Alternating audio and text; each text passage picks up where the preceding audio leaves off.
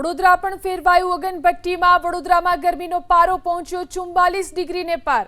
આકરા તાપને કારણે બપોરના સમયે રસ્તાઓ સુમસામ। ગરમીથી બચવા લોકો બપોરના સમયે ઘરની બહાર નીકળવાનું ટાળી રહ્યા છે। ગઈકાલે પણ વડોદરામાં નોંધાયું હતું 43 ડિગ્રી જેવું તાપમાન।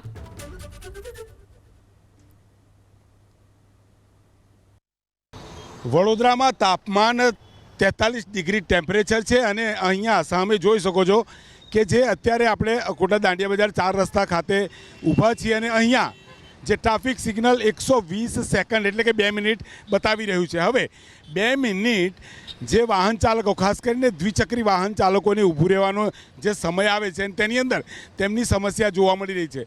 વાહન ચાલકો અહીંયા આપ જોઈ શકો છો કે બુકાની એટલે કે જે યુવતીઓ છે તેમણે પણ ઓઢણી બાંધી છે તો યુવાઓ ટોપી ચશ્મા સાથે દેખાઈ રહ્યા છે।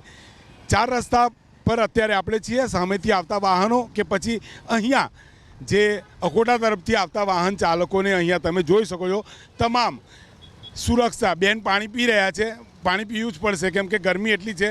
સાહેબ શું કહેશો, કેટલી ગરમી? આટલી બધી રહેવા માટે કોઈ વ્યવસ્થા કરવામાં નથી આવી કોર્પોરેશન દ્વારા। અહીંયા ગરમી લાગે છે, ઊભા રહેવાનું પણ અહીંયા ના ઊભું રહેવાય। ગયા વર્ષે ટેન્ટ હતું, ગયા વર્ષે ટેન્ટ હતું, આ વખતે કોઈ ટેન્ટ નથી અહીંયા। ટેન્ટ નથી। બેન શું કહેશો, ગરમી કેટલી? ગરમી ખૂબ જ છે, વધારે બહુ ગરમી છે। હા, ગરમી તો ખૂબ જ છે। બેન તો પાણી કાઢ્યું હતું, પાણી બી પીધું। અહીંયા અનેક લોકો છે, લોકો સાથે આપણે સતત વાત કરી રહ્યા છે। એસી ગાડીઓમાં ચાલુ છે। સાહેબ તાપમાન ખૂબ જ છે, અહીંયા ટેન્ટ હતા પણ હવે આ વર્ષે નહીં બાંધ્યા। કરવું જોઈએ કોર્પોરેશને કે પબ્લિક માટે 4 રસ્તા પર આટલા ઊભા રહ્યા આટલી ગરમીમાં 40 ડિગ્રી 45 ડિગ્રીમાં બરાબર કામ હોય તો નહીં કરવું જ પડે અમારે તો। પછી પબ્લિક મરે છે કે હું કોઈ પડી નથી કોર્પોરેશન લોકોને પડી નથી આ પ્રકારના શબ્દ પ્રયોગ અતિશયોક્તિ ભર્યા બિલકુલ નથી। એટલા માટે કે અહીંયા ગત વર્ષે આ જગ્યાએ જ્યાં ઊભો છું ત્યાં અહીંયા ટેન્ટ બાંધવામાં આવ્યા હતા પરંતુ આ વર્ષે બિલકુલ કોર્પોરેશન તંત્ર હોય કે પછી જે પણ તંત્રની કાર્યવાહી થતી હોય તમામની અહીંયા ક્યાંક ને ક્યાંક બેદરકારી જોવા મળી રહી છે। સિગ્નલ અહીંયા 120 સેકન્ડ એટલે 2 મિનિટનું સિગ્નલ લાગે છે। 2 મિનિટના સિગ્નલમાં દ્વિચક્રી વાહન ચાલકોને ક્યાંક રાહત મળવી જરૂરી છે। આજે વડોદરાની અંદર 43 ડિગ્રી તાપમાન છે।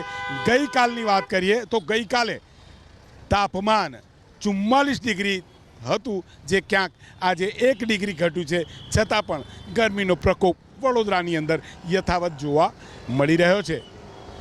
કેમેરામેન પરેશ ધોળકિયા સાથે લોરેન્સ પરમાર, એબીપી અસ્મિતા, વડોદરા।